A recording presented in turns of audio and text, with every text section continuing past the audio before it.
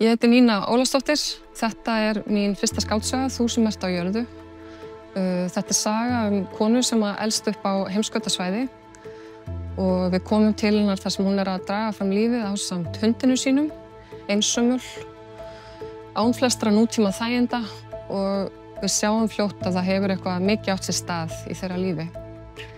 En þetta semst bara upphafið af eiginlega ævintýralegu ferðalagi þar sem þau þvera ólík vistkerfi jarðar.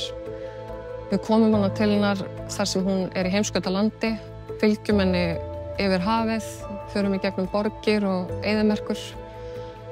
Á meðan hún í leit sinni að annarri manneskju og svörum. Leið þá þetta hugleiðing hamfarahlýjun, mannmeða sýn á veröldina, útdauða.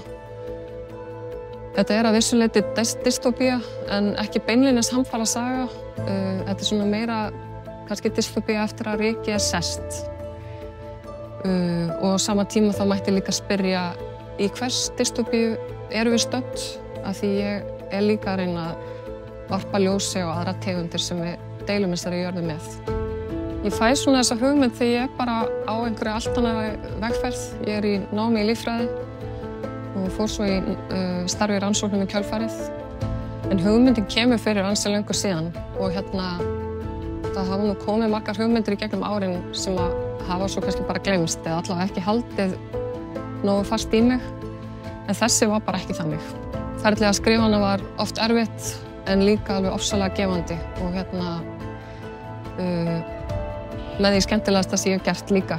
Og það hefur verið ótrúlega gaman að sjá viðtökurnar og kannski glittir í að fólki líði eins og mér leið þegar ég var að skrifa, þegar það les bókina og það gleður mig mjög mikið. Forlagið.